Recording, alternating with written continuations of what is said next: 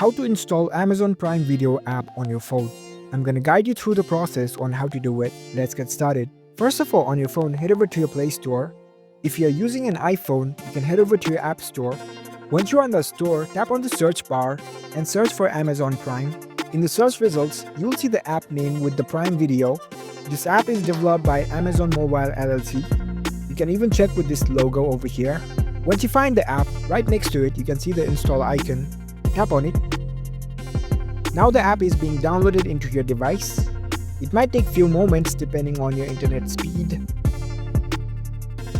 After the download is complete, you can see this open button over here.